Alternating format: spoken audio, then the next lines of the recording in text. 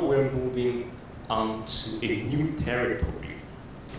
Before we move on, as reminded by our wonderful TA, I think it's very nice to let you know the comparisons, the differences between the E field and the B field.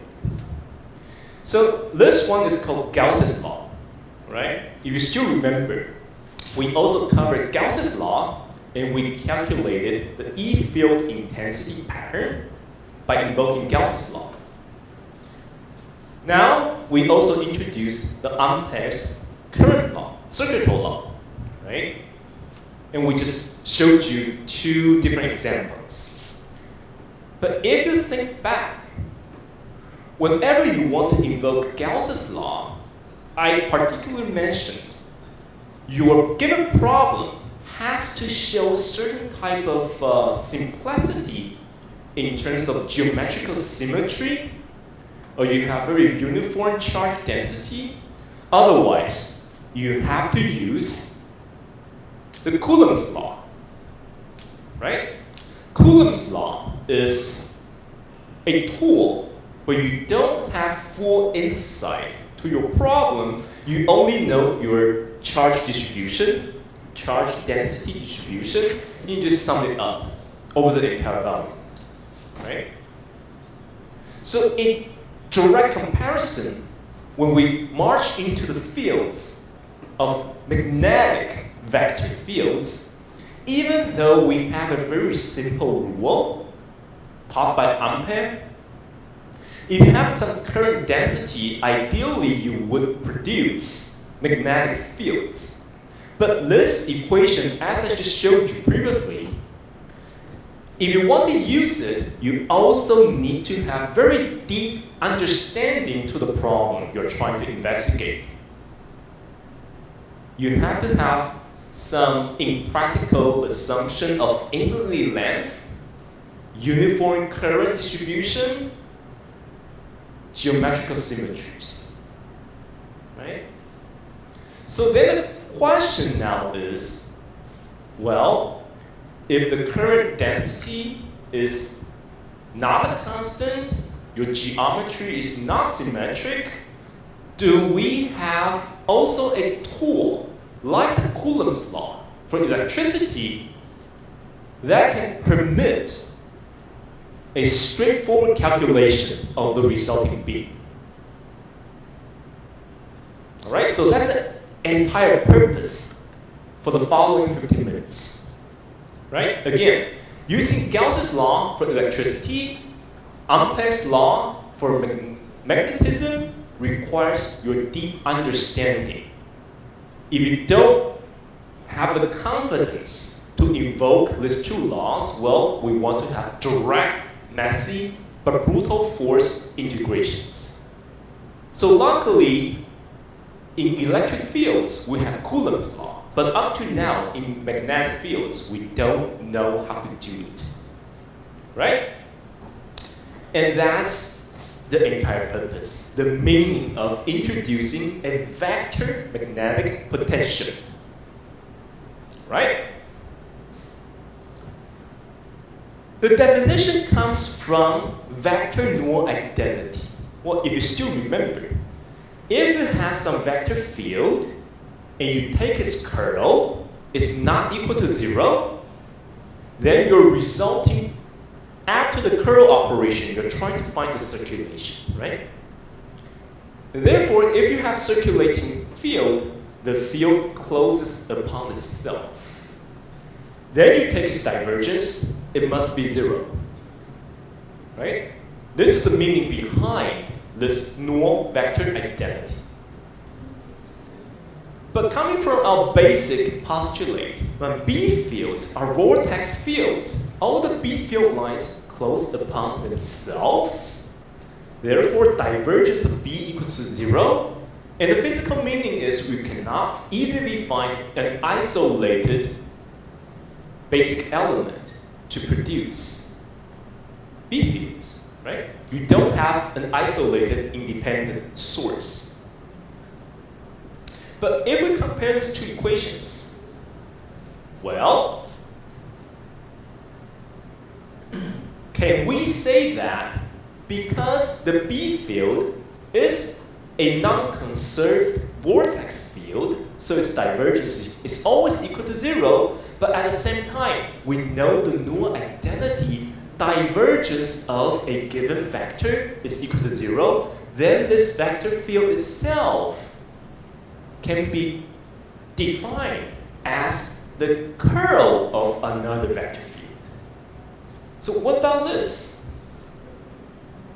So basically, B, our magnetic flux density, can be defined as the curl of another vector field.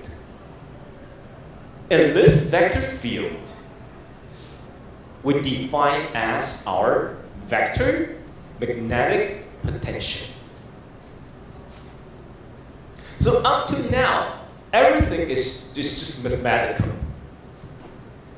So later on, I'm going to show you the physical meaning of A, and I want to show you by introducing this new quantity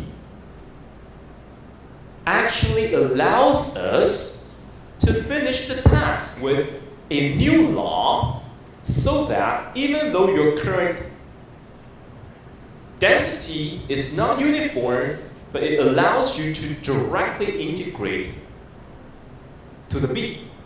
Okay? So basically, if you have current density as a function of space, how to get B? And defining this vector magnetic potential A satisfies our need. Okay? Right? So now we have defined a new vector quantity. So basically, everything you need to understand about magnetic fields are right in front of you, right? You have current density. If you have currents, you can produce magnetic fields, right? Eventually, we want to know B, but even though Ampere's circular law is very simple and straightforward, but it's not very useful every time, okay? So this equation is indeed true, but even though you have some known current density, you don't have a direct and easy way to know B. So we introduce A, okay?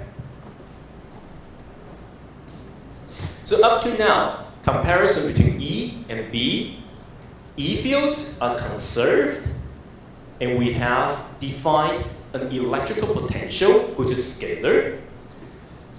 In the same analogy, we also defined a potential in magnetic field, but it is a vector. And B and A are related through a curl operation. So how to perform curl is extremely crucial, right? In order to master magnetic fields, you have to have the capability to perform curl operations, right? Physical meaning of vector potential A.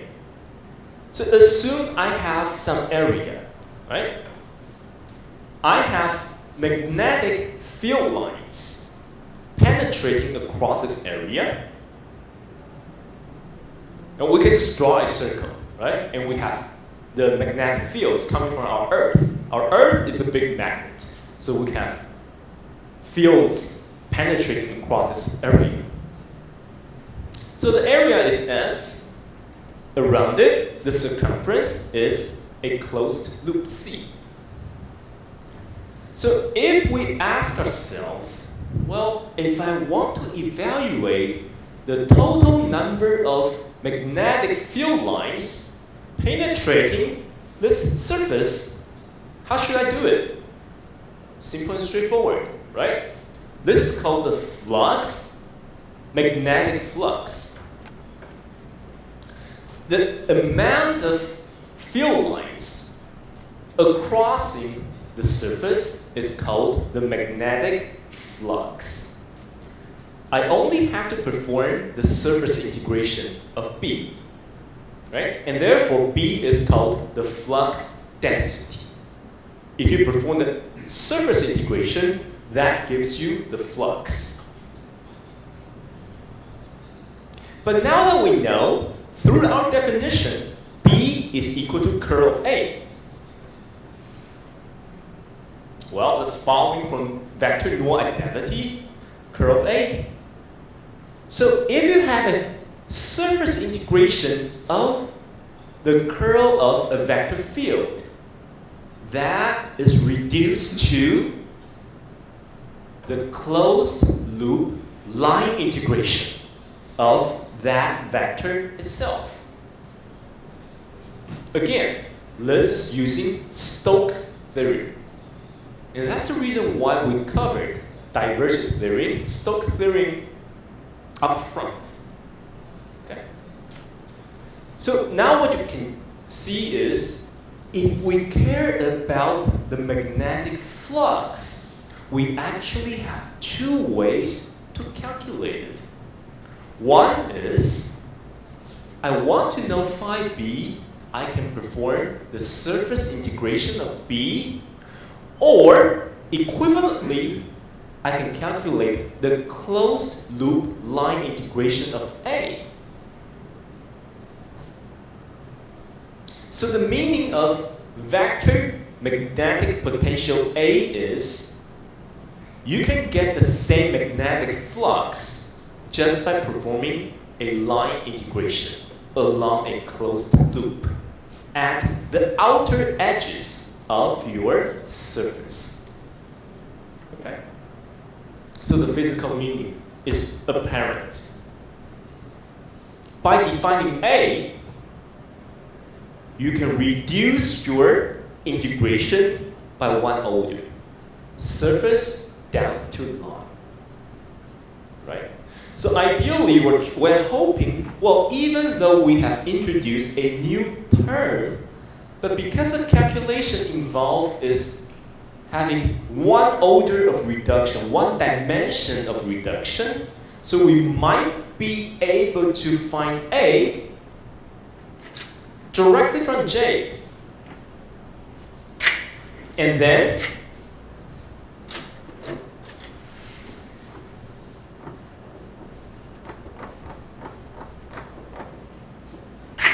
I perform curl of A to find B. Right? So this is telling you, if the mountain is not turning, the road should turn. Right? 山不转路转. Okay? It's very difficult to find B from J.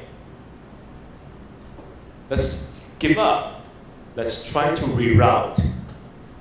Let's find A first, and then from the definition, curl of A gives B.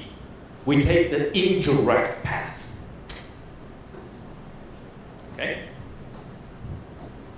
So again, the need to define A is, even though the Ampere's circuital law is coined here, but if you have the J known, curl operation of B equals to that, you don't have a direct way to find B. Okay? So we're hoping to introduce a new field quantity of A that could help us to land in B in a direct way with no J. Okay? But if you are a very strict person in terms of mathematics understanding, you would find, well, this definition is incomplete. Why? Because we have defined the vector magnetic potential A, the curl of it is equal to B, right? Our magnetic flux density. But if you want to have a well-defined vector field with a known curl value, it's only 50%. The other 50%, to have a well-defined vector field, comes down to the requirement, you also have to know the divergence of that vector field.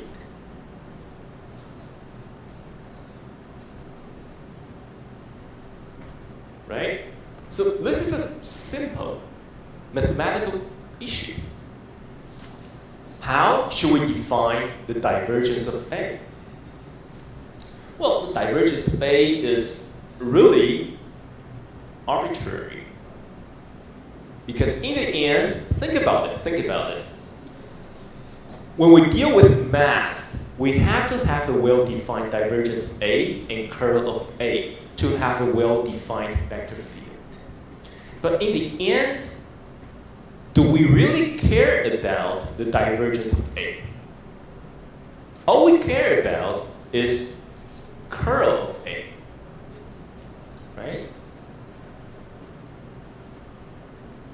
Because B is equal to curl of A. So essentially, what is the quantity of divergence of A is not that important, right? So we are free to assume whatever value divergence of A is.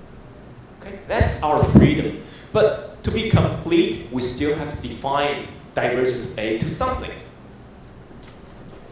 So in principle, although it's arbitrary, but we still want to define it so that A is completely defined vector quantity. So in reality, we like to have divergence of A equal to 0. Why? Because we're lazy. Something equal to 0 is simple and straightforward. Is that the whole reason? Oh, it's not because we're lazy. Think about it. Ampere's circuitous law tells you this, okay? And B equals curl of A. Does any one of you still remember the operation of double curl? We actually covered this. If you have a vector quantity and you perform double curl operation, that is equal to, this is actually the definition of the vector Laplacian, right? Divergence and the gradient of the vector field minus the vector Laplacian. Okay. So now can you see why we like to define divergence of A equal to 0? Because we don't have to deal with the first term. This assumption is called the Coulomb's gauge. Okay?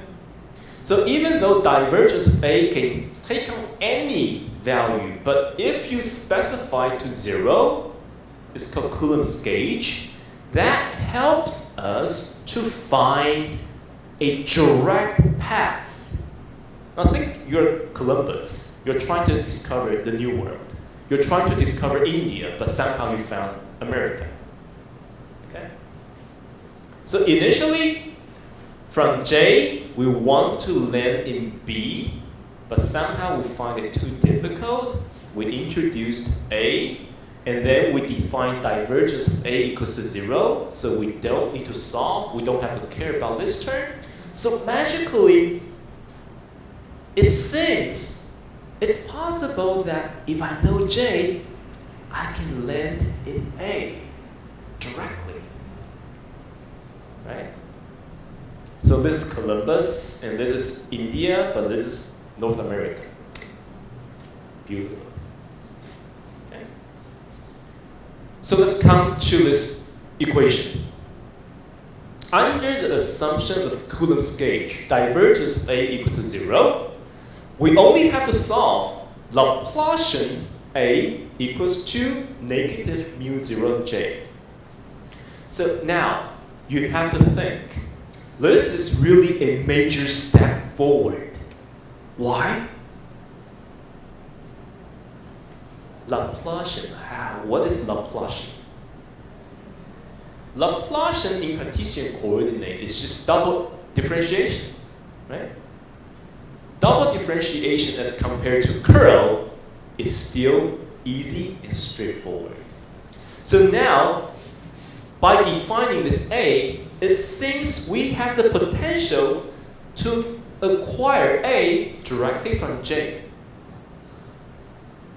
We don't like curl operation, period. All this effort, we want to remove the curl operator.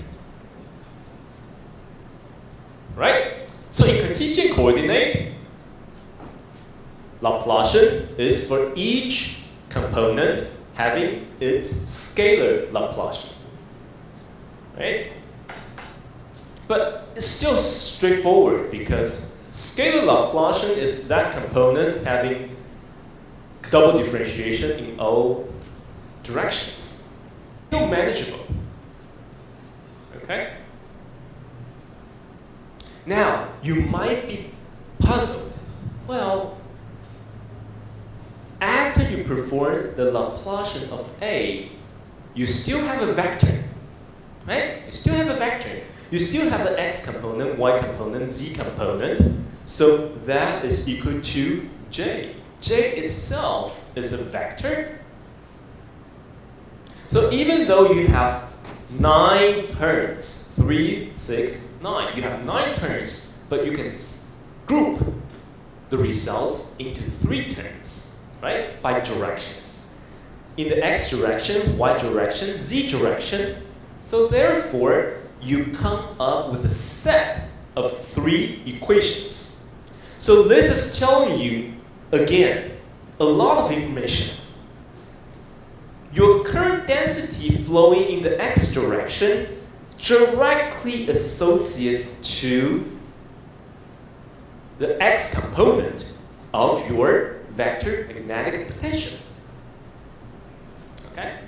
And the y current density component directly determines AY, JZ, AC. Right? So now the question is reduced to a set of 3 scalar Laplacian equations. That should be doable.